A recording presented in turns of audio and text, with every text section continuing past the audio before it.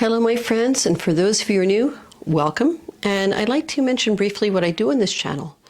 I share Native American spiritual teachings and philosophy, along with my life experiences, and share them with you in hopes that it will improve the quality of your life and of your spiritual practices. And I've noticed over the past several weeks, and I've had the pleasure of meeting and speaking with several of you, both in person and virtually, of a common, I'm going to call it a complaint, because I don't have another word right now to describe it, other than this feeling of people that they're giving and giving of themselves. They want to serve in a good way, and the greater good in a good way, but of that there is not an equal return, and it results in feeling burned out, drained, along with other emotions that could be like resentment and so on. So I wanted to discuss that today and some thoughts and teachings.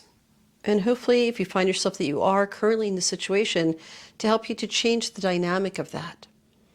And on the Good Red Road, which is what we call Native American spirituality, we believe that the universe strives to harmony, and that there needs to be balanced exchange in all things, karmically and so on. Because if you don't, what happens is it can and it will call to you time and energy vampires, and sometimes they'll go swarming towards you the more that you continue. And it can be very difficult, because I know it's not exclusive to this culture, but around many cultures around the world, the idea that you're supposed to give without asking and just proceed in this way. But consider this: if I were to turn that dynamic into something that you could relate to in your physical body, when you're not thinking about it and you're breathing, you are exhaling and inhaling approximately the same amount of oxygen, of air. But now imagine if you were to breathe out forcefully, knocking all the air out of your lungs, but you only breathe in half. And then with the idea that you are exerting yourself, but only breathing in a fraction, breathing out all your air, but only breathing in a fraction. And after a period of time, at the very least, you'd be dizzy, if not outright pass out.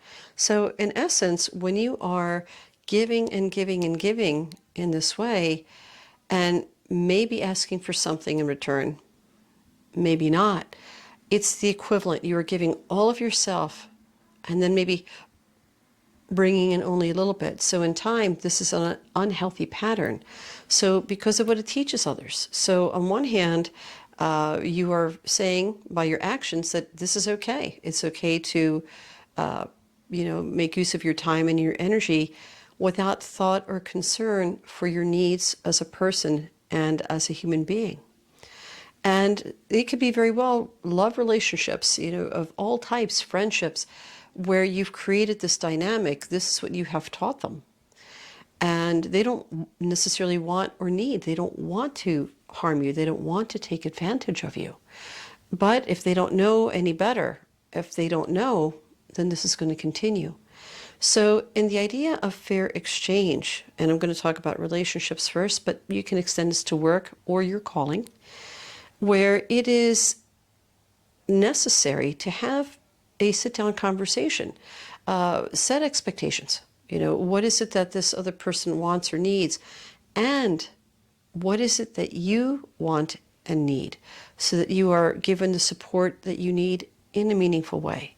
If it's a love relationship, regardless if it's a friendship or what have you, that it is given to you in a way that nourishes you, that makes you feel connected and seen just as much as you would want for them to feel cared for and seen as well. And when you do this, the setting of expectations, this speaking, what happens is that two things. One is you are reinforcing that you're a person too, that you are a beautiful soul with as much needs and cares and worries as anybody else. And the beauty of it is, for those who want to reciprocate in a good way, you're giving them not only permission to do that, you're giving them that, I always say, that satisfaction that they're doing it in a way that truly makes you happy, that truly makes you feel connected and seen, and it strengthens bonds when you do it this way. For those who are just wanting to take advantage of you, or they just have developed this unfortunate habit of just taking and not knowing how to give, or just choosing not to. Some people outright do not. Then the minute that you begin to set these expectations, which is a form of setting boundaries, they will drift away, I assure you, because this is not what they're looking for.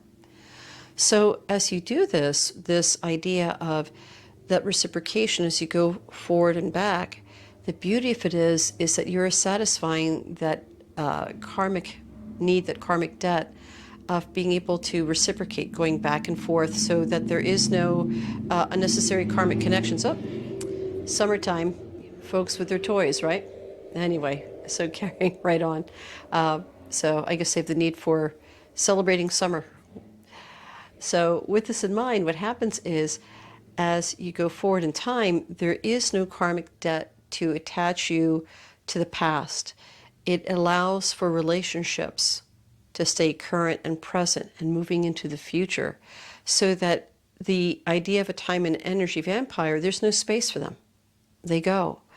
The idea of allowing for the debts to be paid, and it's such a heavy word for something that's just really exchange, which is why I like that better, permits for everyone to be free to leave the room, and for everything to grow in a dynamic way, in a fresh way, every day. So for those of you who are wishing to serve in the ways of, not just talking about the military, but in a holistic and metaphysical way, a lot of times what I've heard here is that you're not supposed to ask for anything in exchange. Again, no, you're still a child of this world. You still have the needs and wants. And the idea of having someone exchange with you, whether it's monetary or not, shows that you value yourself. It allows for the person to honor and to value you. And as long as the exchange that you decide, whether it's monetary or not, is fair, everyone is receiving what they need from this, then you're not violating or being less spiritual or what have you. So that's what I wanted to share with you today, is just this observation as I was going around of so many seem so tired and feel that life is not really sustaining them. But then when I ask, well, did you mention to these people that you're working with, or the people that you are helping to heal, or the people that you live with, or friendships, what it is that you need or what's going on? And I hear the word no, because there is a fear of feeling like a burden, or that you're not supposed to. Please refrain from that. Honor yourself as a child of this world. Allow for them to give the care and to reciprocate in a way that is meaningful to you. And I assure you that it will not only create karmic liberation, it will develop healthy bonds, strengthening the ties of love and friendship and respect that everyone can grow from. So that's about it for this week, my friends. And so until we have the pleasure of being with each other again, I would love to hear from you. I would love to hear your thoughts. In what ways do you feel that there's good ways of showing appreciation, or that you feel that you would like to be appreciated? So sharing your thoughts. And as always, if you have subscribed, I thank you so much.